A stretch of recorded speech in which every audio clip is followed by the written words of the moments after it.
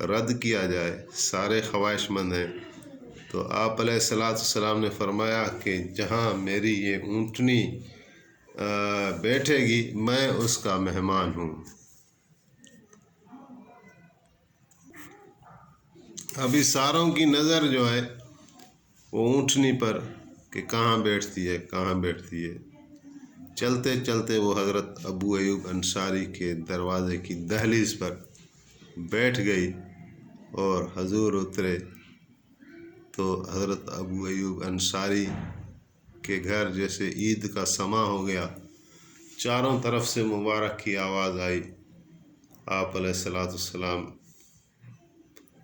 ان کے گھر میں بیٹھے تو ان کا گھر 2 منزلہ تھا، یعنی نیچے بھی بنا ہوا تھا 2 محلہ جس کو بولتے ہیں، اور اوپر بھی بنا ہوا تھا۔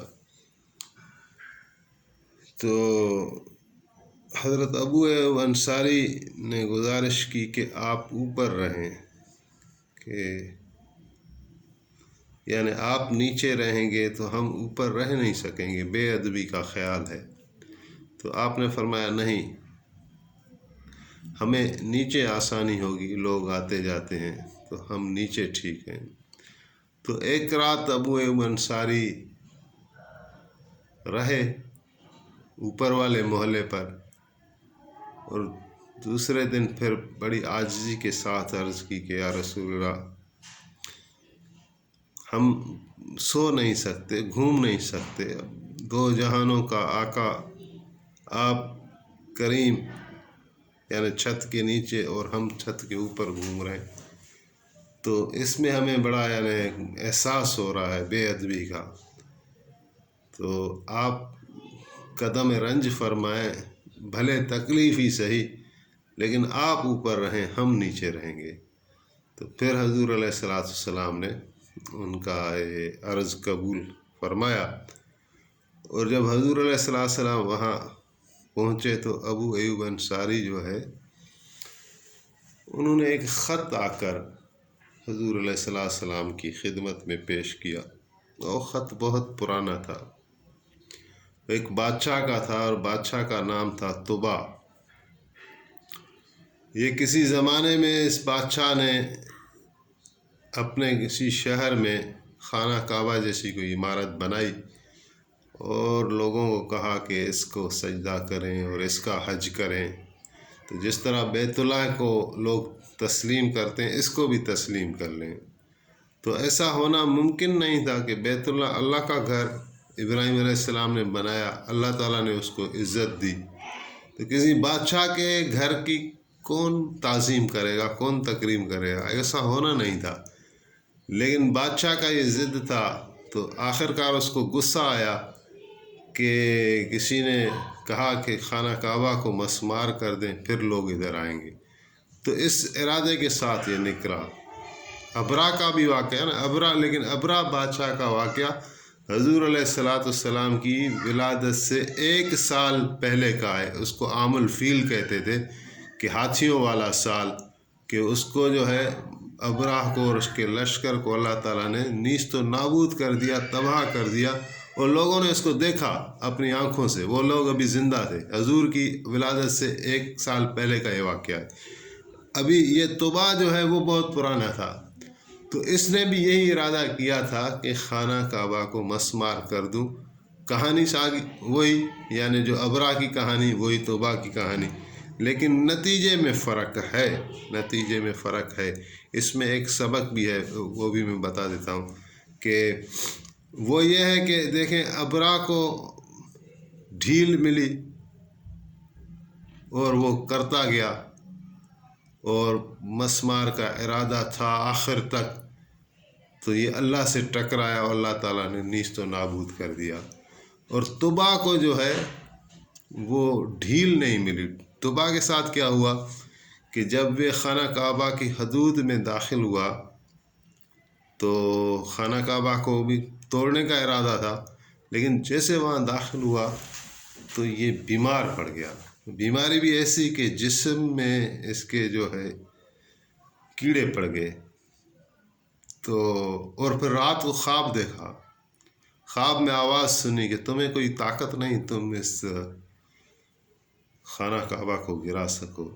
یہ اللہ کا گھر ہے اور حضور نبی آخر الزمان کی پیدائش ہوگی، ولادت ہوگی، اور وہ یہاں سے ہجرت کر کے مدینے جائیں گے۔ تو مدینہ اور مکہ دو ایسے شہر ہیں جن کی حفاظت اللہ تعالیٰ کے فرشتے کر رہے ہیں، اور تمہیں اس کی کوئی طاقت نہیں کہ تم ایسا کر سکو۔ تو اس کو ایک جسمانی بیماری دی گئی اور خواب میں بھی یہ دکھایا گیا، تو یہ توبہ طائب ہوا، اس نے توبہ کی اللہ کے یہاں۔ تو اس کا نتیجہ یہ ہوا کہ بیماری ختم ہوئی، تو خانہ کعبہ کو ڈھانے کی نیت سے آیا تھا، بے ادبی کی نیت سے آیا تھا، لیکن ابھی ایک ریگریٹ پیدا ہوا، پچھتاوا پیدا ہوا، تو اس نے خانہ کعبہ کو غلاف چڑھایا اور بے حد تعظیم و تکریم کی خانہ کعبہ کی۔ اور سیرت مصطفیٰ میں یہ بھی لکھا ہوا ہے کہ توبہ وہ پہلا شخص ہے جس نے خانہ کعبہ کو غلاف چڑھایا تھا، جو آج تک وہ سلسلہ جاری ہے، خانہ کعبہ پر غلاف چڑھایا جاتا ہے۔ تو اس کے بعد پھر اس کو حضور کی محبت بھی دل میں جاگزیں ہو گئی، اور یہ پھر مدینے میں گیا خاص طور پر۔ تو مدینے میں ایک عالم تھا یہودیوں کا، شامول اس کا نام تھا، اس سے جا کر ملا اور اس سے حضور کا تذکرہ کیا، تو اس نے بھی بتایا اور تسلیم کیا کہ یہ شہر آگے چل کر حضور کا ہوگا۔ تو پھر طبا نے حضور کے نام ایک خط لکھا۔ خط کا متن یہ تھا کہ یا رسول اللہ،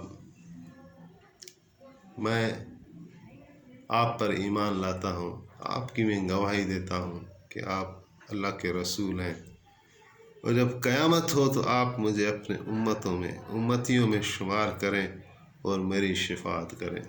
اور پھر شامول کو دیا اور کہا کہ نسلاً در نسل، یعنی وہ حضور جب بھی آئیں، زمانے کا پتہ نہیں، لیکن یہ میں آپ کو امانت دیتا ہوں، یہ نسل در نسل یہ حضور تک پہنچانی ہے آپ لوگوں کو، اس کا وعدہ دو۔ تو شامول نے وعدہ دیا اور کہا کہ یہ خط حضور تک پہنچ کر رہے گا۔ تو حضرت ابو ایوب انصاری اس شامول کی اولاد میں تھے، اور یہ اس میں لکھا ہے کہ 21ویں نسل سے تھے، واللہ اعلم۔ تو بڑا زمانہ گزر گیا تھا اس طبا کو، اور طبا کے اس خط کو، وہ ان کے پاس پڑا ہوا تھا کہ نبی آخر الزمان آئیں گے اور ان کی خدمت میں ہمیں پیش کریں گے۔ تو جب آپ کی خدمت میں وہ خط پیش کیا گیا تو آپ فرماتے تھے کہ کئی ایسے ہیں انسان جنہوں نے مجھے دیکھا نہیں ہے لیکن میری نبوت کی تصدیق کی ہے، وہ میرے بھائی ہیں۔ تو اسی طرح آپ حضرت ابو ایوب انصاری کے مکان میں رہے، اور کوئی 7 مہینے اس طرح گزرے۔ 7 مہینے کے بعد حضرت جبریل امین نے آ کر حکم سنایا کہ اللہ تعالیٰ فرما رہے ہیں کہ آپ اپنی مسجد بھی الگ تعمیر کرائیں اور اپنے حجرے بھی الگ تعمیر کرائیں۔ تو یعنی مسجد نبوی کی تعمیر کا حکم ملا اور تعمیر شروع کر دی گئی، اور آپ کے حجرے بھی بن گئے۔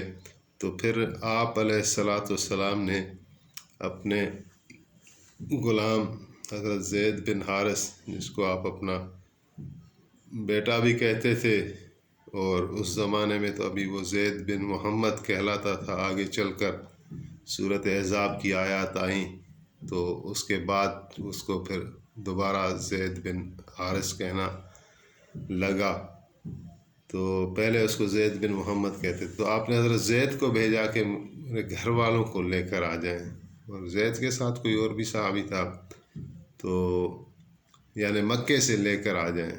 تو حضرت زید گئے تو آپ کی گھر والی تھی اس وقت بی بی سودا رضی اللہ تعالیٰ عنہ، اور آپ کی بیٹیاں تھیں، بی بی ام کلثوم تھیں، اور بی بی حضرت فاطمہ سیدہ طاہرہ سلام اللہ علیہا تھیں۔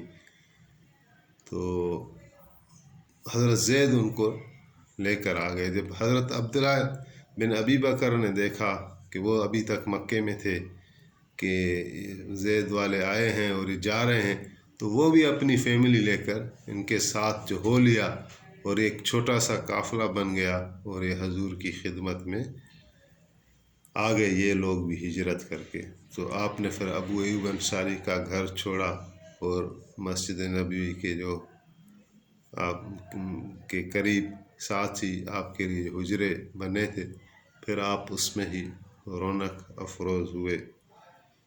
تو بہرحال یہ پھر بیان جاری ہے۔ السلام علیکم ورحمۃ اللہ وبرکاتہ۔